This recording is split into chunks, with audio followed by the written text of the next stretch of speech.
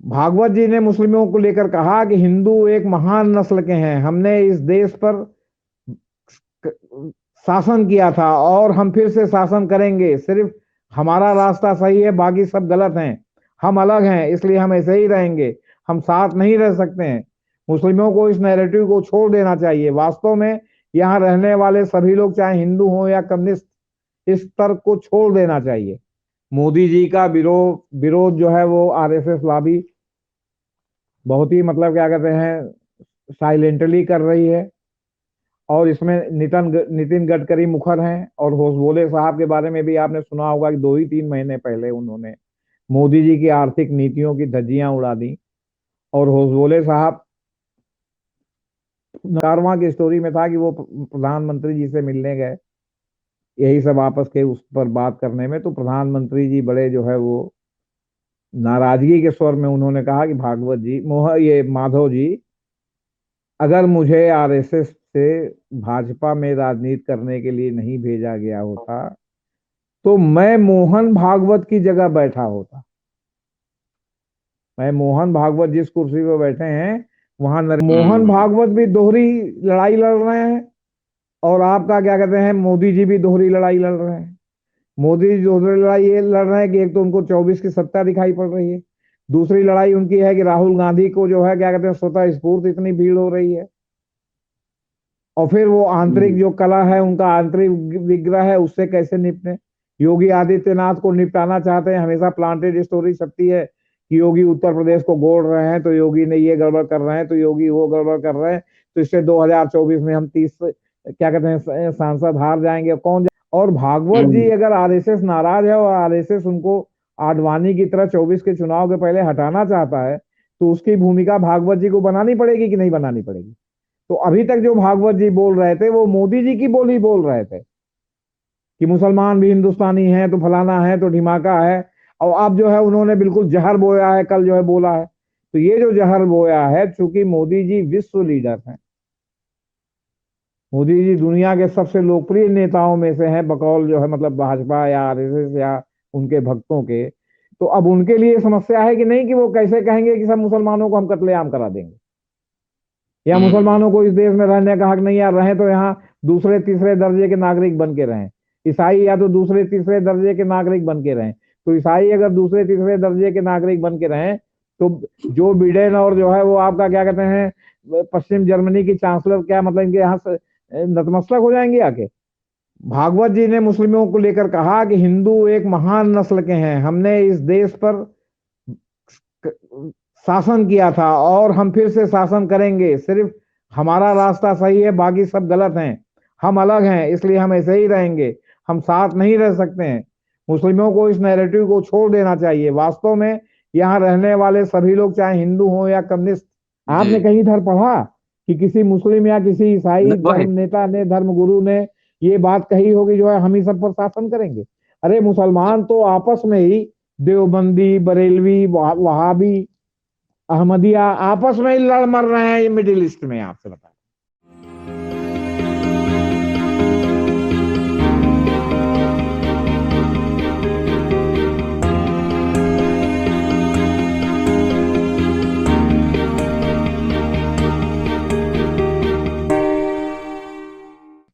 दोस्तों, रतनलाल बोल रहा हूं और आप देख रहे हैं अम्बेडकरनामा। मोहन भागवत आरएसएस प्रमुख फिर चर्चा में। बयान है 1000 साल से हिंदू संघर्ष कर रहे हैं। आखिर किसके साथ कर रहे हैं? अगर भारत के पूरे अभी सरकारी व्यवस्था और तमाम जगह देखा जाए, आबादी भी देखी जाए, तो ज्यादातर हिंदू के ही कब्जे में है। संस्थान भी, सरकार भी, सब जगह हिंदू ही हिंदू। फिर किससे और क्यों संघर्ष कर रहे हैं? क्या 1000 साल के इतिहास को फिर कुरेदा जाए? क्या ये जानना चाहते हैं कि 1000 साल अगर मुसलमानों की बात हो रही है तो राज तो भले मुसलमानों का रहा हो, लेकिन किनके साठ गांठ से यहाँ पे हुकूमत चली मुस्लिम राजाओं की, ये भी इतिहास को कुरेदा जा सकता है।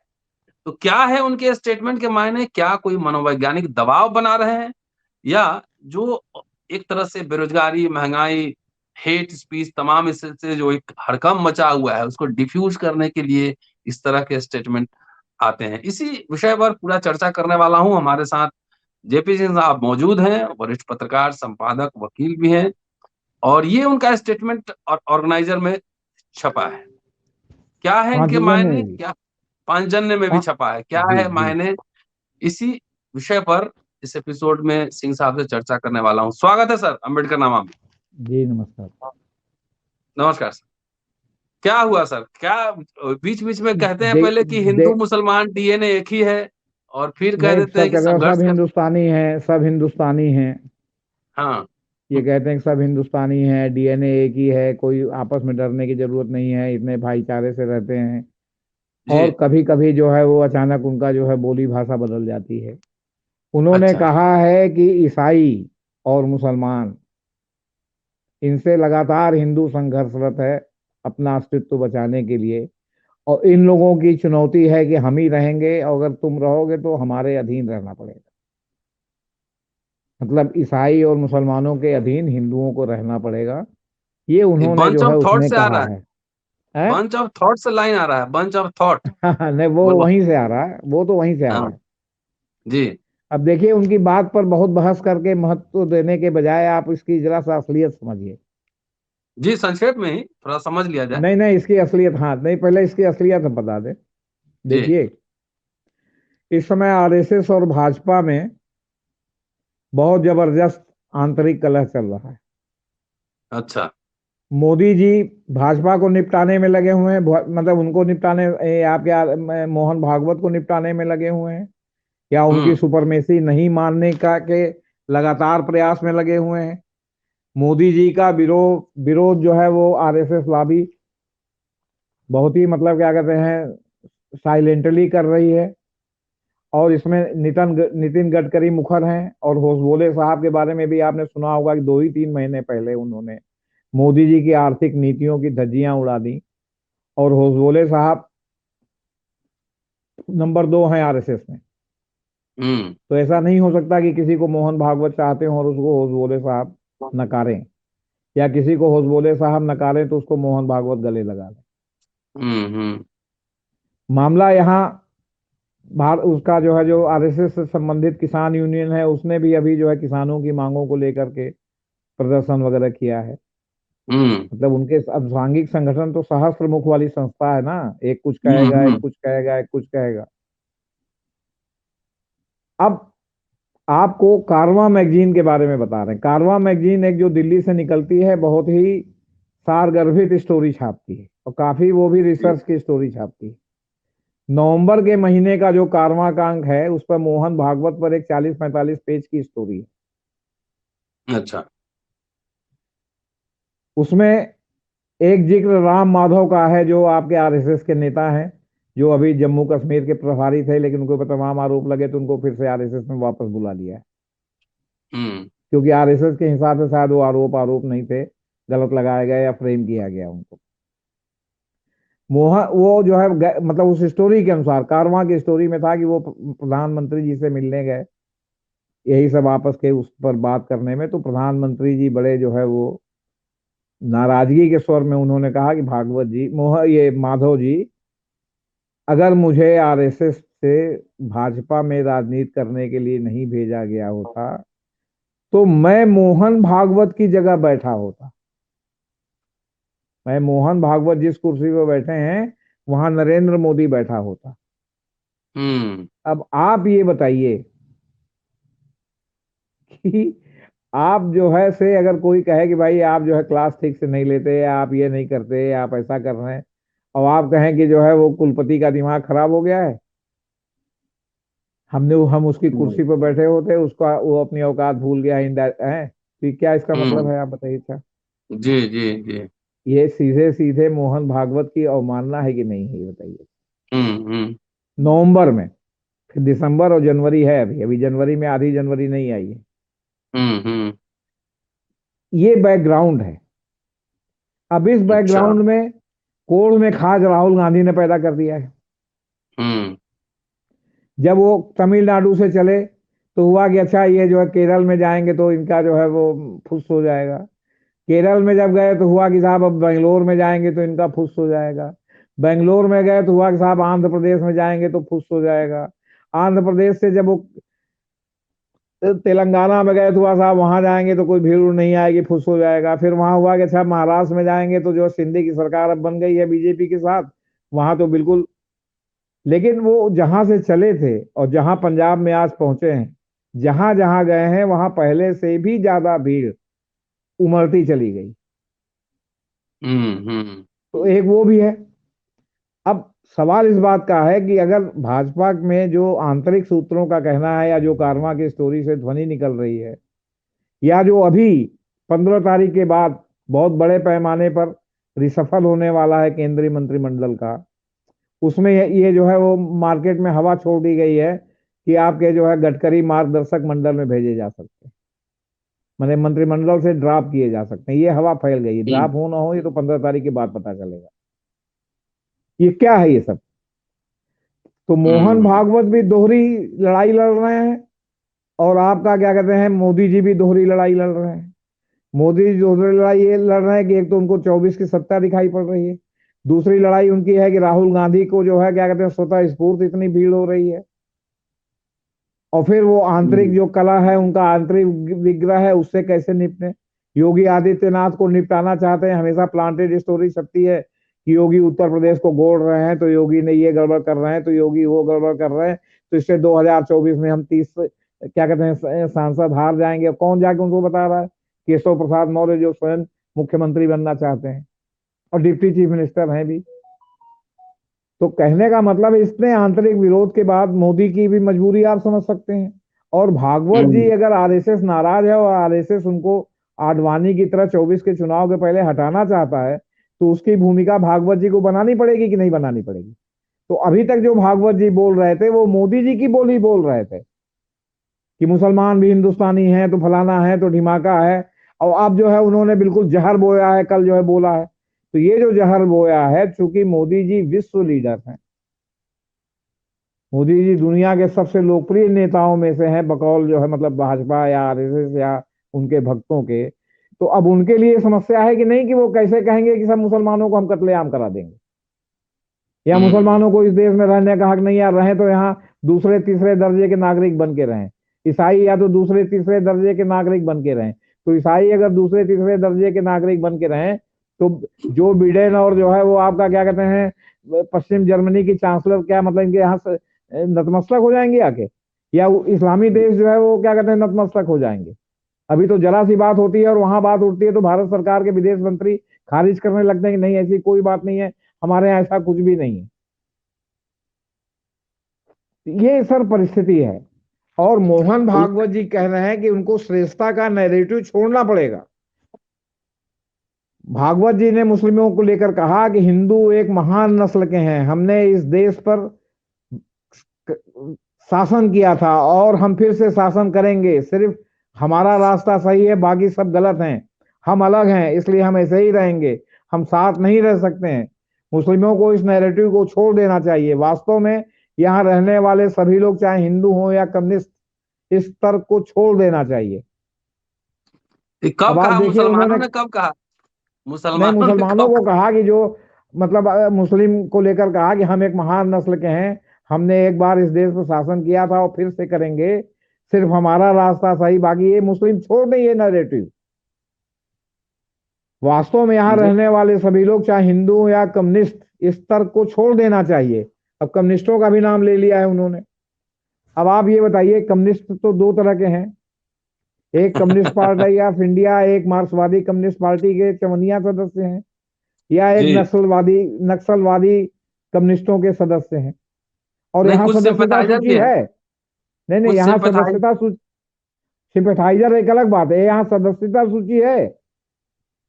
जी। लेकिन आरएसएस की तो सदस्यता सूची ही नहीं है। हम्म पदाधिकारियों को छोड़ के कौन उनका सदस्य है, ये आपको कहीं आपको लिस्ट नहीं मिलेगी भाई साहब, आप पता कर लीजिए इस बात को। हम्म। विश्व हिंदू परिषद में पदाधिकारियों के अलावा विश्व हिंदू परिषद के सदस्य विश्व के सभी हिंदू हैं। सदस्यता सूची नहीं है। कोई संगठन बिना सदस्यता सूची के हो सकता है क्या? आप हमको बताइए। आप जी जाते हैं अपने एनजीओ का या अपने किसी सोसाइटी का रजिस्ट्रेशन करने, तो वहां पदाधिकारियों सदस्यों की सूची आपसे मांगी जाती है कि नहीं मांगी जाती? नाम जी पता टेलीफोन नंबर सहित। तो आरएसएस की सदस्यता सूची कहाँ है? कम्युनिस्ट पार्टी की तो सदस्यता सूची है, नक्सलवादी कम्युनिस्टों की तो सदस्यता सूची है, चाहे जितने गुट में हो। आपके मार्क्सवादी कम्युनिस्ट पार्टी की तो सदस्यता सूची है। हाँ, आप सिंपैथाइजर हैं।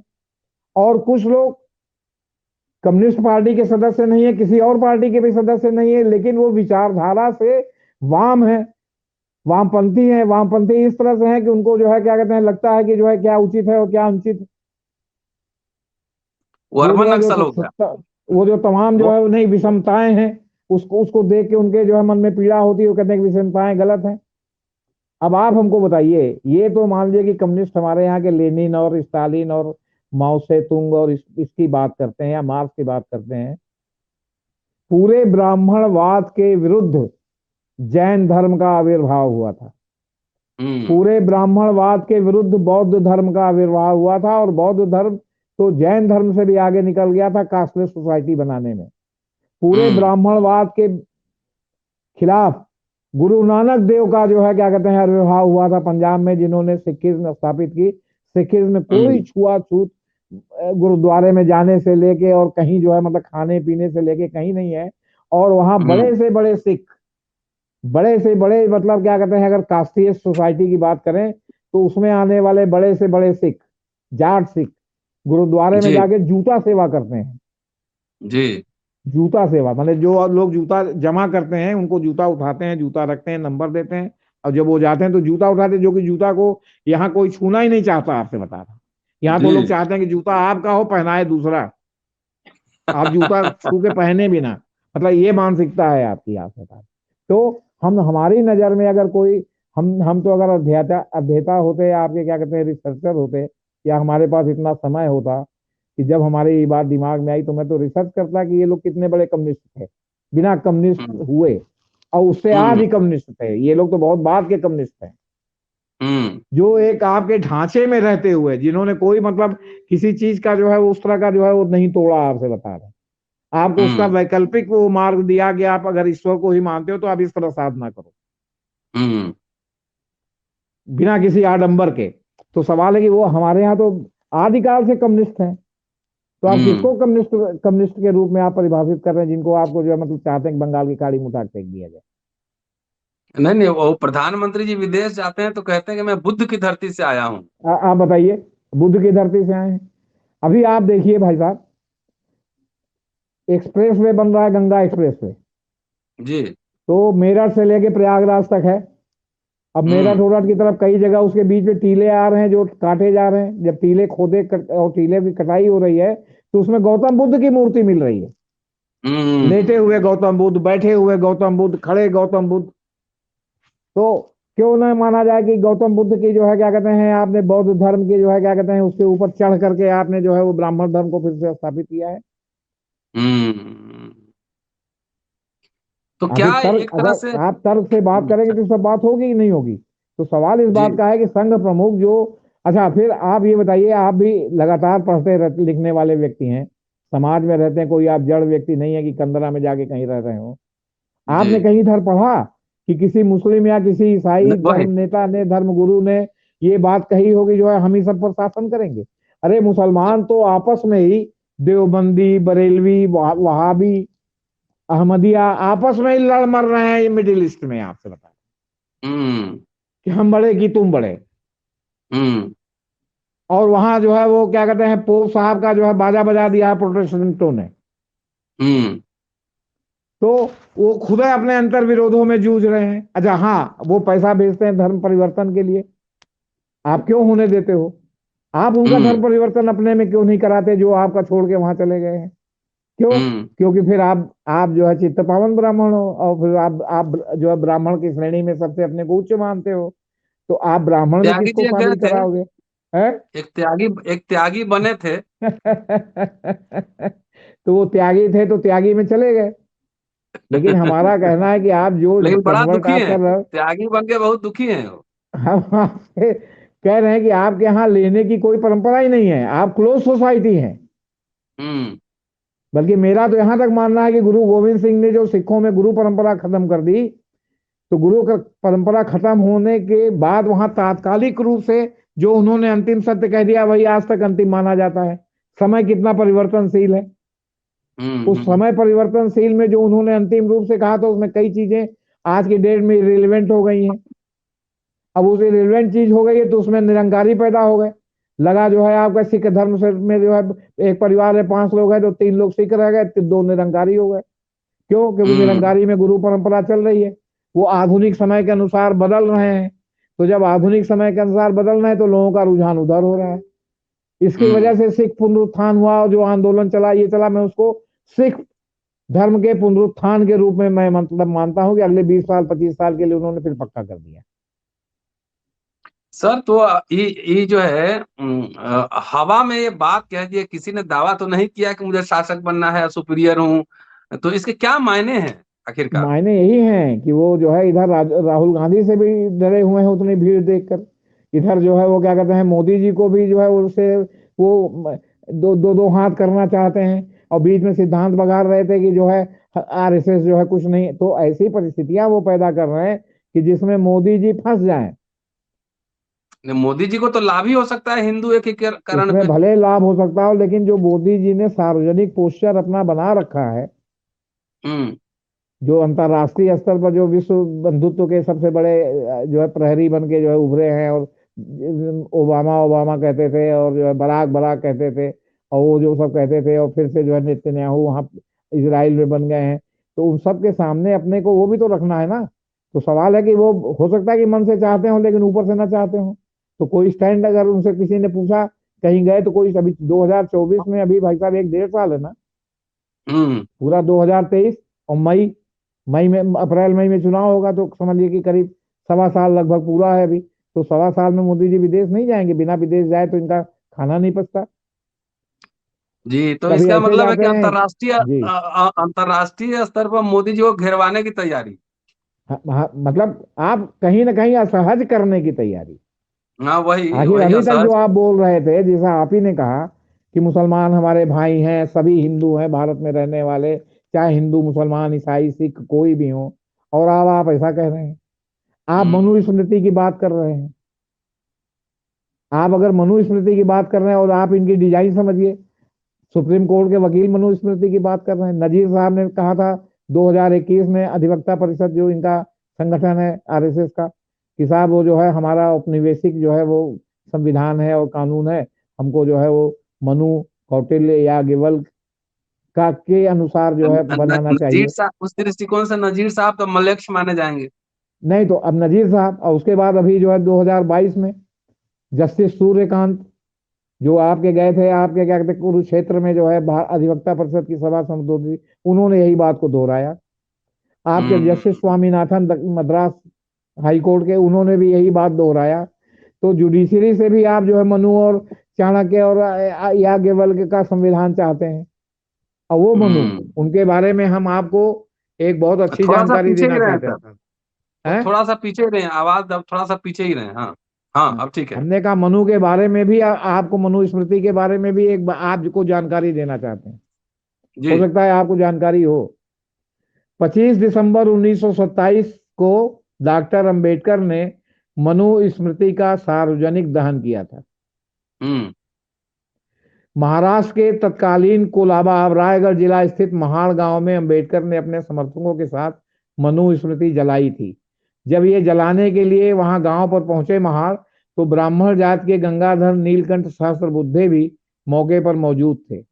वहां मनुस्मृति को जलाने के लिए एक वेदी बनाई गई थी। वेदी के लिए 6 इंच गहरा और 1.5 फुट वर्ग का गड्ढा खोदा गया।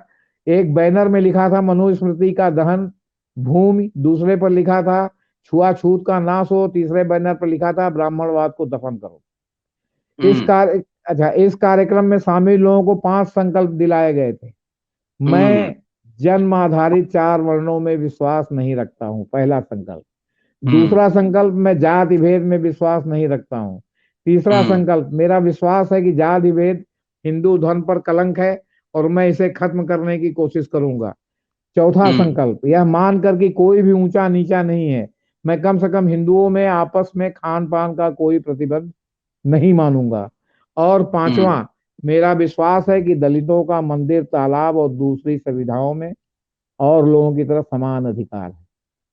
उस मनुस्मृति को ये जागृत करके, और दूसरी ओर दलितों को भी हिंदू बना के ये वोट लेना चाहते हैं, और उस हम्म। मनुस्मृति को जागृत करके ये नया जो है संविधान और कानून बनाने का माहौल, चाहे सुप्रीम कोर्ट के ये हमारे कुछ माननीय जज हो सकता है कुछ भीतर रखे हो, ना कह पाते हो, और ये जो है हम्म। भागवत साहब हैं, और ये लोग जो है इस तरह का जो है नैरेटिव कर रहे हैं, और इन्हीं से मिलती जुलती बात सुप्रीम कोर्ट को जो है मतलब अपने से नीचा दिखाने के लिए जो है उपराष्ट्रपति महोदय तुल गए। ये स्थिति है। हम्म। तो मिला जुला के यही है कि निशाने पे नरेंद्र मोदी। निशाने पर तो नरेंद्र मोदी उस तरह नहीं है, लेकिन ये आप नहीं कह सकते कि वो उसके पार्ट नहीं है। वो अपने हम्म। जो उन्होंने एक अपना जो छद्म बनाया है, अब ये छद्म हम्म। पर जो है ये एक प्रकार का हमला, उनको असहज करने का हमला हो गया ना। अब खुल करके वो हम्म। कहें कि भागवत जी ने सही कहा या भागवत जी ने गलत कहा है, वो कहेंगे ही हाँ, नहीं, क्योंकि आपसे बता दें।